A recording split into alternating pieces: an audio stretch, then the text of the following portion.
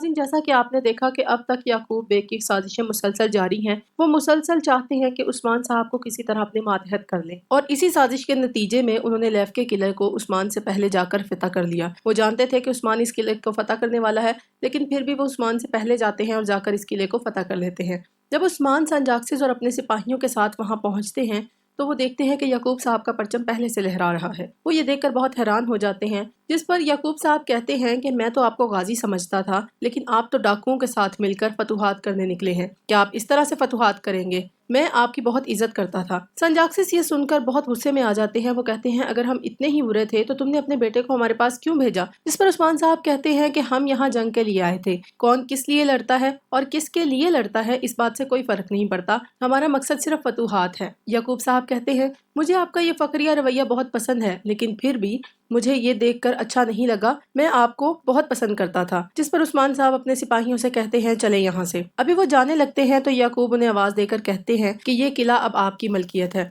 जिस पर उस्मान साहब बहुत हैरत से वापस पलटते हैं और उनसे पूछते हैं कि ये किला आपने अपनी तलवार के जोर से हासिल किया, ये किला मेरी मलकियत क्यों हुआ? जिस पर याकूब साहब कहते हैं, ये किला बाज़ंतीन की सरहद के बिल्कुल साथ लगता है और अब से ये नई फतूहात का मरकज भी होगा। सबसे ज्यादा जंगें आपने और आपके आबा अजदाद ने लड़ी हैं, तो ये लेफ के किले पे मलकियत का हक भी सबसे ज्यादा आप ही का है। पर उस्मान साहब खामोशी से उनकी बात सुनते हैं। उसके बाद वो अपना वो फरमान दिखाते हैं जिसपे सुल्तान मसूद की मोहर गोंजा खातून ने धोखे से लगवाई है। वो ये फरमान उस्मान साहब को दिखाते हैं। उस्मान साहब उस फरमान को पढ़ते हैं। पढ़ने के बाद वो उसे वापस देते हैं। इसके बाद याकूब साहब कहते हैं, तो फिर आप बैत का ऐलान कब करेंगे? उस्मान साहब कहते हैं कि आप मुझे इस तरह से परेशान ना करें। जब दोनों जहान के रसूल सल्लल्लाहु अलैहि वसल्लम ने इस दुनिया से वफात पाई तो हजरत अली ने भी हजरत अबू बकर की बैत नहीं की थी। आप मुझे इस तरह से ना घेरें, क्योंकि इस तरह से जल्दी जल्दी फर्मा बरदारी लेने का कोई फायदा नहीं होगा। जिस पर याकूब साहब कहते हैं, मैं जानता हूँ, लेकिन इस वक्त हमें इत्तेहाद की जरूरत है। मुसलमानों पर पहले ही बुरा वक्त चल रहा है, आप इस बुरे वक्त को मजीद तूल ना दें। इसके बाद वो उस्मान साहब को सरहदी बाजार आने की दावत देते हैं। वो कहते हैं, आप वहाँ आए, वहाँ हम लोग मिलकर खाना खाएंगे। इसके बाद हम फतूहात पर बात करेंगे, हम बैत पर बात करेंगे। जिस पर उस्मान साहब उन्हें कहते हैं, मैं कल जरूर आऊंगा, लेकिन हम सिर्फ फतूहात पर बात करेंगे। इसके बाद उस्मान साहब वहाँ से चले जाते हैं। वो कहते हैं कि ये नहीं चाहते कि मैं इनकी फर्मा बरदारी में आऊँ, बल्कि ये मुझे तबाह करना चाहते हैं। उधर से दिखाते हैं कि याकूब साहब कहते हैं कि या तो उस्मान मेरे सामने घुटने टेकेगा और अगर ऐसा नहीं करेगा तो फिर मैं इसका सर उतार दूंगा। इसके बाद शहजादी होलोफिरा और ओरहान साहब का मंजर दिखाया जाता है। ओरहान साहब जंगल में मौजूद हैं। वो शहजादी होलोफिरा से कहते हैं कि अब मुझे जाने दें। ओरहान साहब पर मोहम्मद ने हमला किया था और उन्हें जख्मी कर दिया था, लेकिन अब ओरहान साहब बेहतर महसूस कर रहे होते हैं। तो वो कहते हैं, मैं जल्दी से जाऊंगा और उन सलीबियों का पीछा करूंगा, उनसे वो खजाना वापस हासिल करूंगा, क्योंकि अगर मैं ऐसा ना कर पाया तो फिर दोबारा वो मेरे हाथ नहीं आएंगे। शहजादी होलोफिरा कहती हैं, वहाँ खतरा है, आप फिर भी जाना चाहते हैं? तो ओरहान साहब कहते हैं कि वो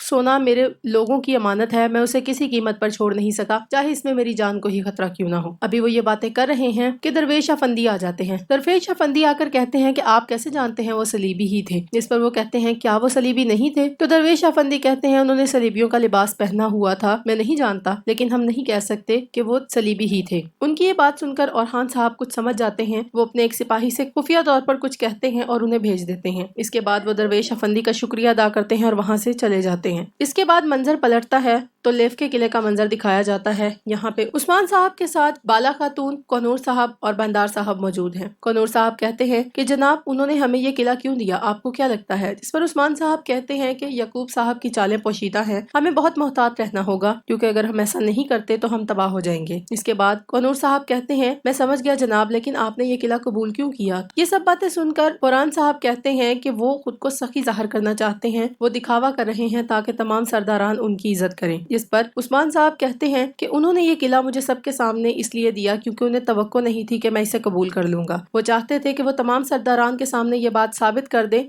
कि मैं तकब्बर में हूँ, मैं ना तो फरमान को मानता हूँ और ना ही फतूहात को। इस तरह वो कहेंगे कि उस्मान सरदार सिर्फ और सिर्फ दुश्मनी चाहते हैं, लेकिन मैं ऐसा नहीं चाहता कि वो तमाम सरदारान के सामने इस तरह से जाहिर करें। یہ سن کر بالا خاتون کہتی ہیں عثمان صاحب کیا آپ کو لگتا ہے وہ فرمان اصلی تھا؟ جس پر عثمان صاحب کہتے ہیں مہر اصلی تھی لیکن فرمان نہیں۔ اس کے بعد بالا خاتون کہتی ہیں اس نے جیر کتائی کو بھی ساتھ ملا لیا، آپ کو جیر کتائی کو روکنا چاہیے تھا، شاید وہ رک جاتا۔ جس پر عثمان صاحب کہتے ہیں کہ دیکھو بالا، کبھی کبھی کسی کی ایک بات ہی ہزار باتوں سے زیادہ معنی خیز ہوتی ہے۔ جب اس نے یہ کہا کہ میں آپ کے مقصد کے لیے برسوں تک قید رہا تو میں خاموش ہو گیا۔ تم بتاؤ بالا، کیا یہ صرف عثمان بے کا مقصد ہے؟ بتاؤ کنور، کیا یہ میرا مقصد ہے؟ جس پر کنور صاحب کہتے ہیں کہ نہیں، یہ اللہ کی رضا ہے، اللہ کی مرضی ہے، اللہ کے رسول کا مقصد ہے۔ تو وہ کہتے ہیں بس میں جیر کتائی کے لیے دعا کر سکتا ہوں کہ اللہ تعالیٰ اسے صحیح راستے پر واپس لے آئے۔ اس کے بعد وہ سپاہیوں کو چند اہم فرائض تعینات کرتے ہیں۔ کنور صاحب سے کہتے ہیں کہ آپ جائیں گے اور سرحدی بازار میں نظر رکھیں گے، اس کے علاوہ سنٹ جاکسس پر نظر رکھیں گے۔ بران صاحب سے کہتے ہیں کہ آپ محل کی سیکیورٹی کو مزید سخت کریں، اس کے علاوہ آپ خزانے کی فہرست بنائیں۔ اس کے علاوہ کنور صاحب سے کہتے ہیں کہ آپ علاؤالدین سے کہیں کہ وہ ہر وقت یعقوب صاحب پر نظر رکھے، میں کسی قسم کی کوتاہی نہیں چاہتا۔ اس کے بعد تمام سپاہی وہاں سے چلے جاتے ہیں تو بالا خاتون کہتی ہیں کہ اب مجھے سوگوت واپس جانا ہے، مجھے اجازت دیں۔ تو عثمان صاحب کہتے ہیں اب آپ پہلے سے بہتر ہیں تو آپ واپس کیوں جانا چاہتی ہیں؟ تو وہ کہتی ہیں میں نہیں ہوں، میں چاہتی ہوں کہ میں سوگوت میں واپس جاؤں، کیونکہ اب وہاں بابا بھی نہیں ہے تو مجھے ان لوگوں کی حفاظت کرنی ہے۔ یہاں کے لوگوں کو آپ کی اور آپ کے ساتھ کی ضرورت ہے اور مجھے وہاں رہ کر اہم فرائض کو پورا کرنا ہے۔ اس کے بعد عثمان صاحب کہتے ہیں ٹھیک ہے، اگر آپ کو بہتر لگتا ہے تو جیسے آپ ٹھیک سمجھیں۔ جب وہ گھوڑے پر سوار ہو کر وہاں سے جانے لگتے ہیں تو سنجاکسز راستے میں کھڑے ہیں، تو وہ کہتے ہیں عثمان صاحب آپ بہت خوش قسمت آدمی ہیں، آپ کو بغیر لڑے ہی قلعہ مل گیا۔ جس پر عثمان صاحب انہیں کہتے ہیں تم بھی خوش قسمت ہو، تمہیں بغیر لڑے مال غنیمت مل گیا۔ اس پر وہ کہتے ہیں آپ نے تو کہا تھا کہ آپ ہمیں مال غنیمت میں سے حصہ نہیں دیں گے، اس لیے ہم وہ نہیں لیں گے۔ عثمان صاحب کہتے ہیں کیا تم لوگ اپنے سردار کے حکم کی نافرمانی کرو گے؟ جس پر وہ لوگ کہتے ہیں نہیں۔ تو عثمان صاحب کہتے ہیں ٹھیک ہے، وہ لوگ بہتر ہیں جنہیں اس کی چاہت نہیں ہے۔ اس کے بعد وہ بران سے کہتے ہیں بران، سنجاکسس کو ان کے حصے کا سونا دو۔ عثمان صاحب یہ کہہ کر جانے لگتے ہیں تو سنجاکسس سردار انہیں آواز لگاتا ہے، عثمان صاحب وہیں رک جاتے ہیں۔ وہ ان سے کہتے ہیں آج کے بعد ہمیں سنجاکسس مت کہیں، آج کے بعد ہم کائی قبیلے کے لیے لڑیں گے۔ جس پر عثمان صاحب کہتے ہیں ٹھیک ہے تو چلو میرے ساتھ۔ اس کے بعد جنگل کا منظر دکھایا جاتا ہے، یہاں اورحان صاحب اور شہزادی ہولوفیرا موجود ہیں۔ یہ لوگ گھات لگا کر کھڑے ہیں کہ اچانک سے انہیں محمد اپنے کاروان کے ساتھ نظر آتا ہے۔ محمد کے کاروان کے ساتھ وہی خزانہ موجود ہے جو انہوں نے اورحان صاحب سے چھینا تھا۔ اورحان صاحب یہ دیکھ کر بہت غصے میں آ جاتے ہیں اور کہتے ہیں اچھا تو محمد اس کے پیچھے تم تھے۔ اتنی دیر میں وہ سپاہی آ جاتا ہے جسے اورحان صاحب نے کہیں بھیجا تھا۔ یہ سپاہی آتے ہوئے اپنے ساتھ ایک تھیلا لے کر آتا ہے، اس تھیلے میں منگولوں کا لباس موجود ہے۔ یہ سپاہی آ کر کہتے ہیں یہ لیں اورحان صاحب، یہ سامان ہے جو آپ نے منگوایا تھا۔ اورحان صاحب کہتے ہیں بہت اچھا، سب یہ لباس پہن لو اور اپنے چہرے پر کالک مل لو، کسی کو یہ اندازہ نہیں ہونا چاہیے کہ ہم لوگ کون ہیں۔ شہزادی ہولوفیرا کہتی ہیں تم ان سب سے جنگ کے لیے جا رہے ہو، تم لوگ صرف 6 لوگ ہو، کیا تمہارا دماغ خراب ہو گیا ہے؟ جس پر اورحان صاحب کہتے ہیں ان کی تعداد کو مت دیکھو ہولوفیرا،